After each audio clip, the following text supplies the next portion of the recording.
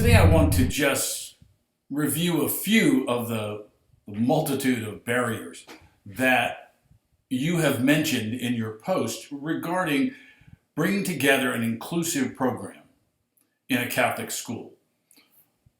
Many of you cited finances as the primary reason that Catholic schools do not have more inclusive programs for students with special needs. Many of you also identified faculty resistance, resistance because of fear of the unknown.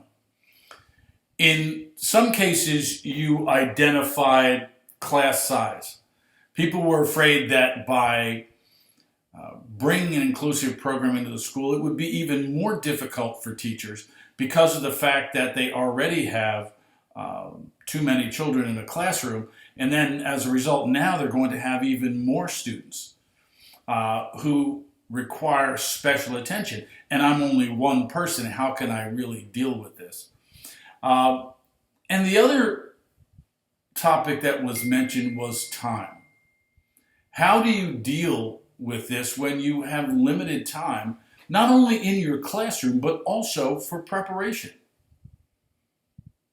A few of you also mentioned the lack of meaningful professional development, where teachers get a chance to dialogue with those who are currently in programs and running programs.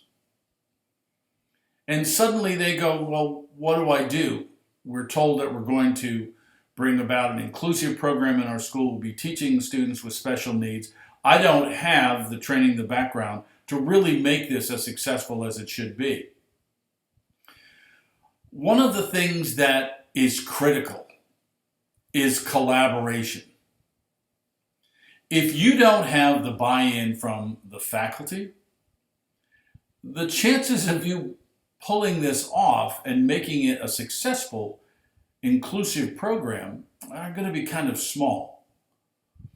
You need to get the faculty to buy into that. That means educating them, giving them information to help alleviate the fears that they have, because otherwise the barriers that those teachers create will undermine any kind of great preparation or planning that you've done.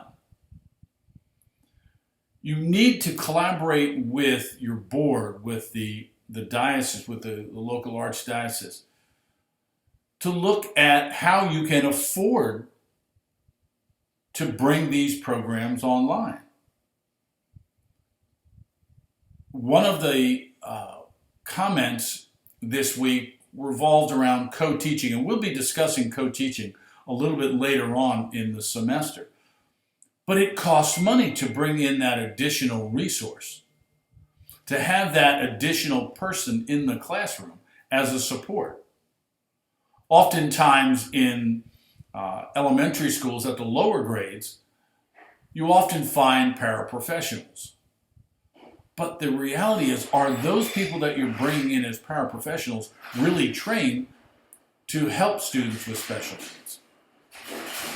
So again, the concept of collaboration is essential.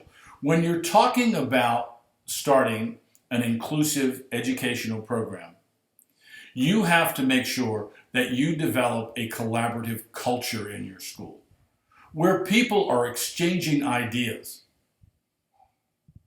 That collaboration must also extend to parents. There must be a collaboration with parents. There also needs to be a shared leadership, and this will be discussed in greater detail as we go through the semester. But you have to share the leadership. Give those who have the expertise a chance to step up and help develop the program, help the other faculty members who are struggling. You also have to have a very coherent vision.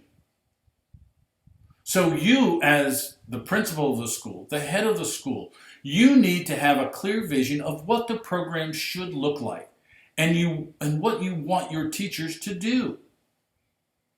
You have to have a clear vision of the types of students that you can help. You might not be able to help every student for a variety of reasons, but you have to be realistic about that. That's where that coherent vision, which takes all of the factors of the school into consideration. Again, it requires planning. You can't simply wave the magic wand and make it happen. When we talk about collaboration, we talk about the planning aspect of it. If you want to start the program next year, then you really should have started about 6 months ago, because you need to be able to hire the folks who will be a part of this program in the spring. So that's where the planning comes in. That planning will include all of these factors that have been identified as barriers: time, money, resources. And again, making sure that you have the adequate resources. Where does a teacher turn to get additional help and support? What resources are available? There also has to be a sustained implementation. You can't just simply say, we're going to do this, and then, well, if it doesn't work in 6 months, oh, well, we'll just drop it and go on to something else. It's like so many other fads that we have in education. If it doesn't work, we simply just shrug our shoulders and move on to the next fad.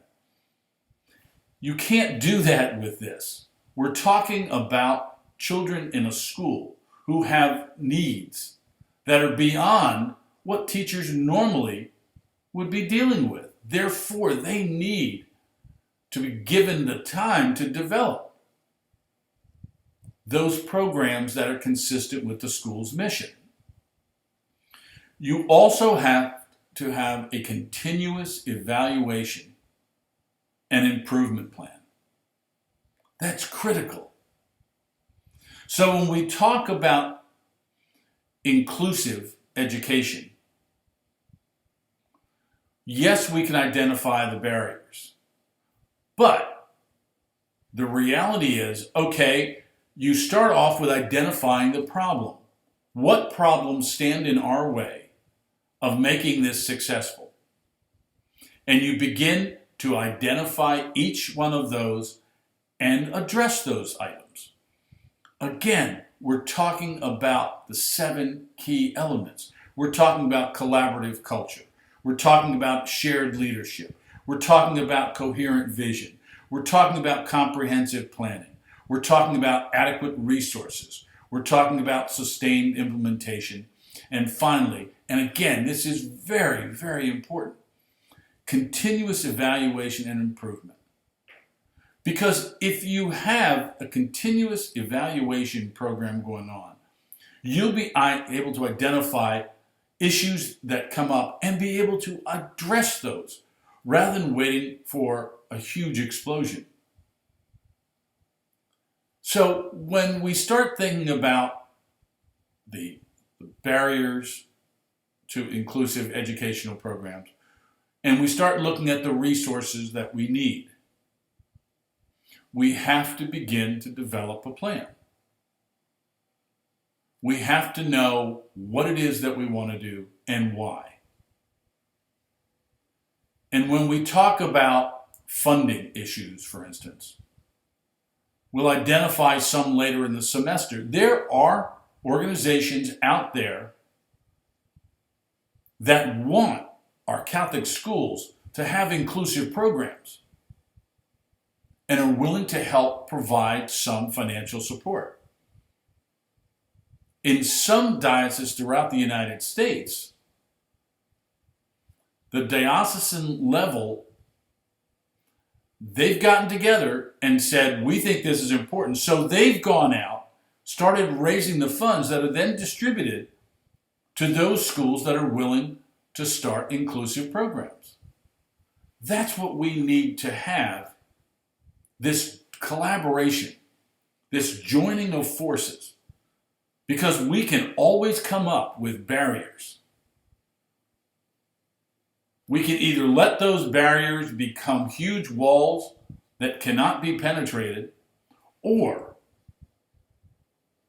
we can identify the barriers, look at what resources that we need, and begin to put together a plan for the implementation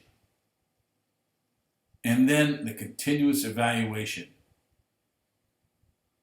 so that when a student comes to our school, everyone knows what we are capable of doing.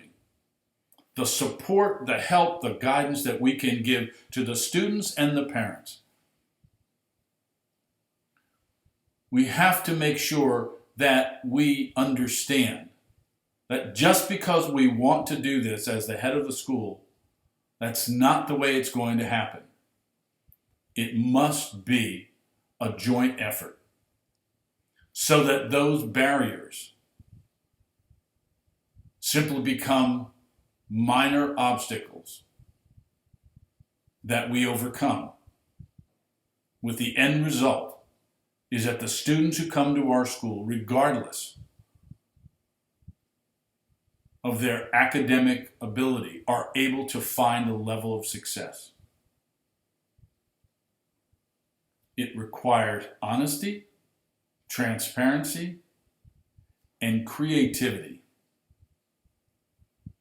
if you want to be successful at developing an inclusive program in a Catholic school. Again, I hope these thoughts help. As always, if you have any questions, comments, or thoughts, please don't hesitate to let me know. Appreciate it and have a great day.